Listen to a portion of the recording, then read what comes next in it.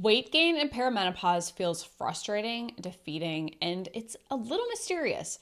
You're eating healthy, working out, maybe you're even eating less, and the scale will not budge. But here's the hard truth. It's not just about calories anymore. And most of the advice out there, well, it's either too generic or it's flat out wrong for this stage of life. I'm not here to sell you a detox tea or a crash diet, but I am going to walk you through 5 things you absolutely must be doing if you're gaining weight in perimenopause. These are the things that I focus on with my clients every single day, and they work. So how do I know this? I'm Christy. I'm going through this myself, but I'm also a nutritional therapy practitioner who helps women in their 30s and 40s navigate this rocky little stage called perimenopause. We all grew up in a time where we were taught that the only way to lose weight is to eat less and move more. You're not alone. But in perimenopause, that strategy often backfires. Undereating, especially protein and whole food carbohydrates, can slow your metabolism, increase cortisol, and lead to more fat storage, especially right around your belly. Your body needs fuel to feel safe, to ovulate, to build muscle, to burn fat. If it thinks it's in a famine, it's not going to drop weight. It's going to hang on to it for dear life. Most of the women I work with aren't eating enough or aren't eating enough nutrients for their body's needs in the season. Or they're starving themselves during the week and loosening up the reins a little bit on the weekend, wondering why they're gaining weight or they're feeling stuck. So the first is to actually eat more.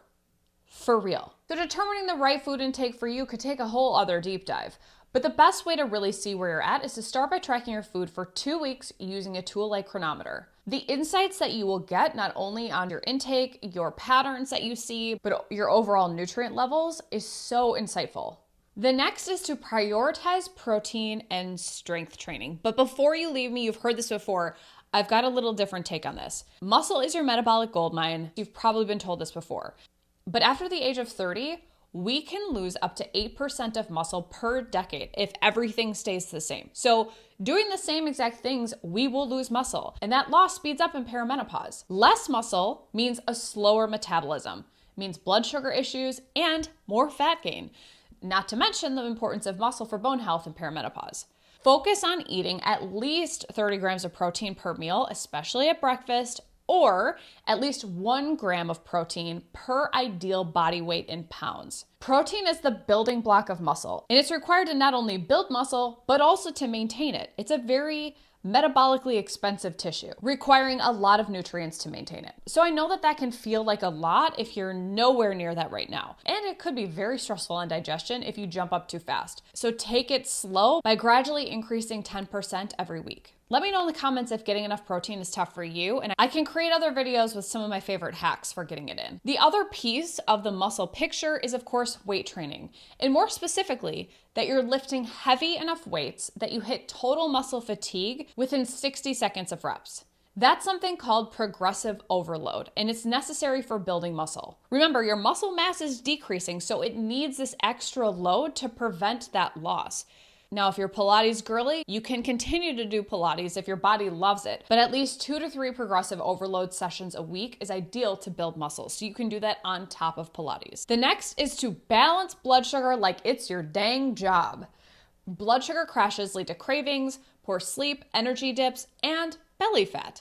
All things that make weight gain worse in this life stage. So thinking about blood sugar every single time a food goes into your mouth is important. This means ensuring that every time you're eating a carbohydrate, you're pairing it with protein in about the same amount in grams. This will slow glucose absorption and prevent sharp increases and crashes to your blood sugar, which can cause a cascade of issues for reproductive hormones and lead to fat storage. Another tip is to walk or gently move your body for 5 minutes after eating or after meals. This can also help decrease that spike of glucose into your bloodstream that is incredibly stressful for the body. Which leads us to your next point. Get out of stress mode. Here's the truth. Your body will not release weight if it thinks you're in danger. And at perimenopause, you already know this. This stress load is real. Between work, parenting, aging parents, sleepless nights, and let's not forget your hormones are shifting at the same time and inflammation can start to get out of control. This can lead to high cortisol. High cortisol can affect ovulation. Ovulation starts to get a little wonky in this life stage, which then decreases progesterone. We don't want more things working against our already shaky ovulation. This can throw off insulin and it tells your body to store fat. and I know removing certain stresses is simply not possible. So the goal instead is to build stress resilience. Keeping your blood sugar balanced is a great start. That helps decrease stress. But other major pieces are prioritizing at least 7 hours of quality sleep per night and practicing regular downshift breaks, or what I like to affectionately call them as pause points, which are 2 to 5 minute breaks throughout the day to help give your nervous system a little bit of TLC, like deep breathing or walking outside. These are the same tactics you're told to do when you're stressed, but the key is to do them also when you're not feeling overly stressed, to teach your nervous system to be able to switch easily between sympathetic, which is that fight or flight mode, and the parasympathetic, which is the rest and digest and repair mode. These sound basic, but truly they work. And if you're constantly running on stress, no amount of dieting will work. And the next is to support detox and digestion. You make hormones, but you also need to get rid of them.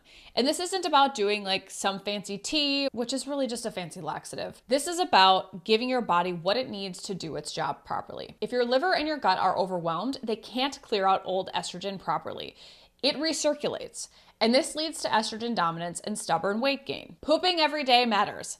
Hydration matters. So does fiber, cruciferous veggies, and supporting digestion with things like bitters or bitter foods or fermented foods. This isn't about doing a cleanse, it's about giving your body what it needs to do its job very well every single day. And the last is a bonus tip, and that's to get functional labs done to look under the hood. When the body is dysregulated, it can actually do a really good job of numbing how you feel. That's cortisol in play, making it difficult to pinpoint what could be driving things like weight gain. Inflammation, oxidative stress, thyroid health, and liver can be sneaky. So getting a comprehensive blood work panel or even running a hormone panel with a functionally minded practitioner can be super helpful. And yes, you've probably gotten blood work done before, but this is different. They will look at it differently than your doctor. They will compare the markers against what is optimal versus what is normal in a population that is sick. There's a really big difference there. So if you've been eating less and working out harder and seeing zero progress, it is not your fault.